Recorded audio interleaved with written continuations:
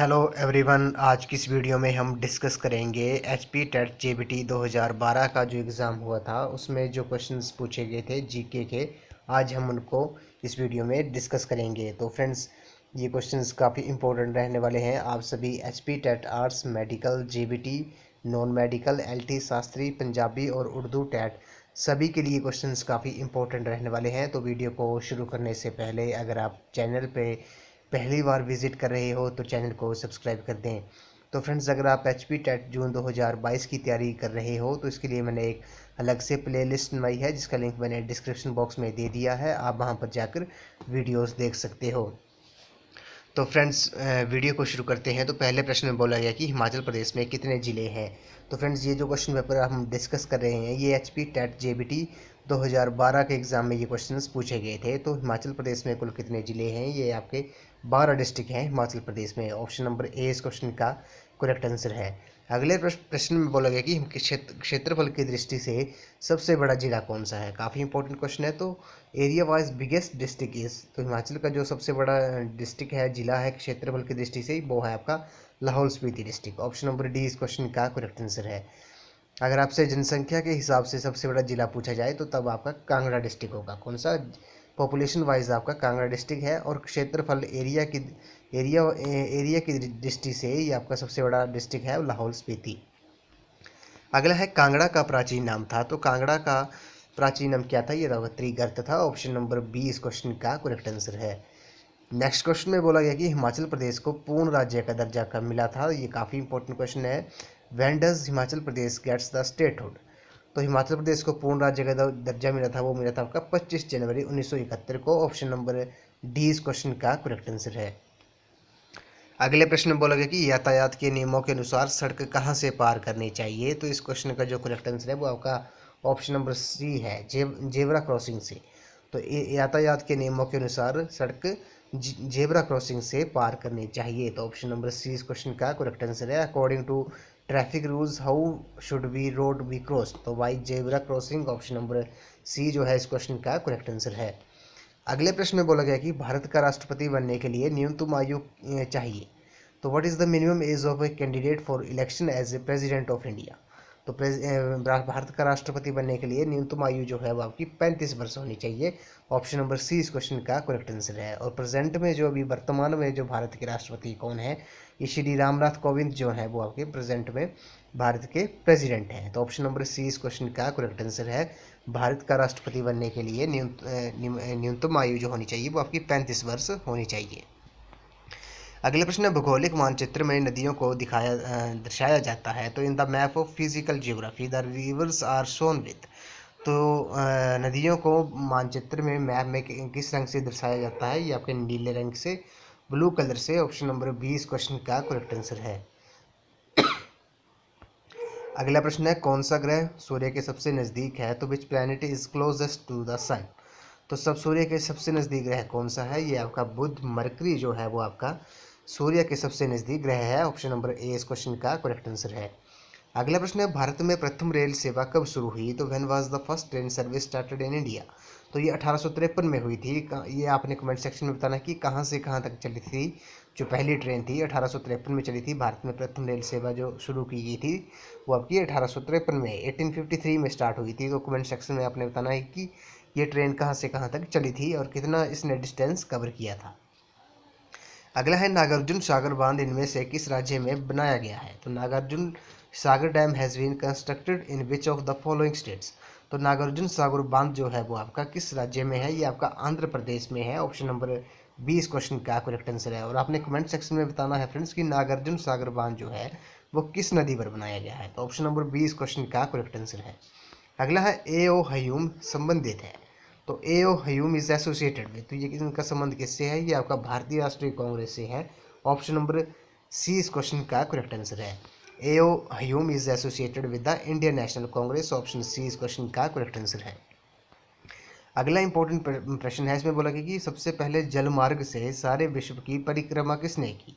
तो who was the first to sail around the world. तो जलमार्ग से सारे विश्व की परिक्रमा किसने की थी? ये की थी आपकी फर्डिनेंड मैगलोन ने। ऑप्शन नंबर डी इस क्वेश्चन का करेक्ट आंसर है। ये काफ़ी इंपॉर्टेंट क्वेश्चन है फ्रेंड्स, इसका अपन इन क्वेश्चंस के आपने शॉर्ट नोट्स जरूर बना लेने हैं, क्योंकि ये क्वेश्चंस काफ़ी इंपॉर्टेंट है और आपको ये क्वेश्चन रिपीट भी हो सकते हैं HP टेट जून 2022 में। सभी स्ट्रीम में ये क्वेश्चन रिपीट हो सकते हैं। तो सबसे पहले जलमार्ग से सारे विश्व की जो परिक्रमा की थी वो फर्डिनेंड मैगलोन ने की थी। ऑप्शन डी इस क्वेश्चन का करेक्ट आंसर है। अगला प्रश्न है, सन 1911 ईस्वी में भारत की राजधानी बदली गई। तो in the year 1911 the capital of India was shifted from. तो 1911 में जब भारत की राजधानी बदली गई थी तो वो कहाँ से कहाँ बदली गई थी? तो ये बदली गई थी कलकत्ता से दिल्ली को। ऑप्शन नंबर ए इस क्वेश्चन का करेक्ट आंसर है। अगला प्रश्न है, भारतीय नागरिकों के मौलिक कर्तव्य अंकित किए गए हैं। तो fundamental duties of the Indian citizens are enshrined in. तो भारतीय नागरिकों के जो मौलिक कर्तव्य हैं वो अंकित किस में किए गए हैं? तो ये किए गए हैं आपके संविधान के भाग 4A में। ऑप्शन नंबर बी इस क्वेश्चन का करेक्ट आंसर है। Part 4A of constitution fundamental duties of the Indian citizens are enshrined. तो ऑप्शन नंबर बी इस क्वेश्चन का करेक्ट आंसर है। अगला प्रश्न है, हरित क्रांति से अभिप्राय है। तो the term green revolution refers to. तो हरित क्रांति से अभिप्राय क्या है? ये आपका फसल उत्पादन में वृद्धि है। ऑप्शन नंबर सी इस क्वेश्चन का करेक्ट आंसर है। अगला प्रश्न है, इसमें बोला गया कि काजीरंगा राष्ट्रीय पार्क कहाँ स्थित है। ये काफ़ी इंपॉर्टेंट क्वेश्चन है। तो Kaziranga national park is located है। तो काजीरंगा राष्ट्रीय पार्क जो है वो आपका असम में है। ऑप्शन नंबर ए इस क्वेश्चन का करेक्ट आंसर है। ये गैंडों के लिए प्रसिद्ध है। एक सींग वाले गैंडों के लिए काजीरंगा राष्ट्रीय पार्क जो है वो काफ़ी फेमस है। तो ये आपका असम स्टेट में है। ऑप्शन नंबर ए इस क्वेश्चन का करेक्ट आंसर है। अगले प्रश्न में बोला गया कि नीले रंग का रक्त निम्नलिखित में से किन में पाया जाता है। तो ये blue coloured blood is present in which of the following. तो इस क्वेश्चन का जो करेक्ट आंसर है वो आपका मोल्स्का है। ऑप्शन नंबर बी इस क्वेश्चन का करेक्ट आंसर है। नीले रंग का जो रक्त है वो आपका मोल्स्का में पाया जाता है। अगला है, पेड़ों को काटने पर क्या परिणाम होते हैं। तो deforestation results in which of the following. तो पेड़ों को काटने पर क्या परिणाम होते हैं? तो इस क्वेश्चन का जो करेक्ट आंसर है वो आपका ऑप्शन नंबर डी होगा, ऑल ऑफ दीज। पेड़ों को काटने से क्या होता है? सूखा पड़ता है। सूखा पड़ना इसका परिणाम हो सकता है। भूमि कटाव जो है इसका परिणाम हो सकता है। बाढ़ आना भी है जो है वो आपका पेड़ों को काटने का परिणाम है। तो ऑप्शन नंबर डी इस क्वेश्चन का करेक्ट आंसर है। अगला प्रश्न है, रक्त की शुद्धिकरण कहाँ होती है। तो purification of blood take place in. तो फ्रेंड्स इस क्वेश्चन का मुझे डाउट है कि आई थिंक इस क्वेश्चन का जो करेक्ट आंसर होगा वो आपका किडनी होगा या लंग्स होगा। इसमें कन्फ्यूज़न है। तो फ्रेंड्स अगर आपको पता है कि purification of blood take place in तो रक्त की शुद्धिकरण कहाँ होता है, तो इस क्वेश्चन का जो आपको आंसर पता है तो कमेंट सेक्शन में आपने जरूर बताना है, क्योंकि इसमें मुझे कन्फ्यूज़न है कि इसका आंसर लंग्स होगा या फिर किडनी होगा। तो क्या होगा, लंग्स या किडनी में मुझे कन्फ्यूज़न है। अगर आपको लगता है कि इस क्वेश्चन का करेक्ट आंसर क्या है तो आपने कमेंट सेक्शन में जरूर बताना है।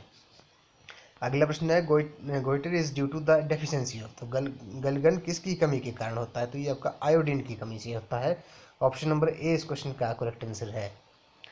अगला प्रश्न है, भोपाल गैस दुर्घटना किस गैस के कारण हुई थी। ये काफ़ी इंपॉर्टेंट क्वेश्चन है। Bhopal gas tragedy was due to the release of.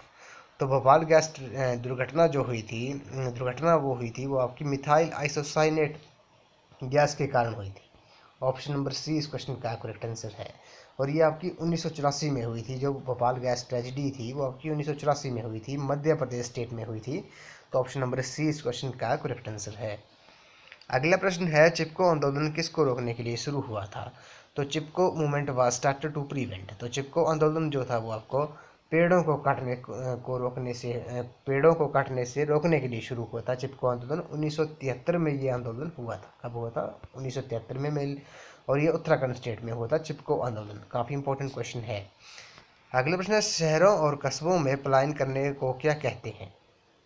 The trend towards migration of in cities and towns is known as. तो शहरों और कस्बों में पलायन करने को क्या कहते हैं? इसे शहरीकरण कहते हैं, अर्बनाइजेशन कहते हैं। ऑप्शन नंबर ए इस क्वेश्चन का करेक्ट आंसर है। अगला प्रश्न है, DPTT का जो 3 बीमारियों की एक साथ रोकथाम करता है निम्न में से एक है। तो जो DPT vaccine which prevents 3 diseases are.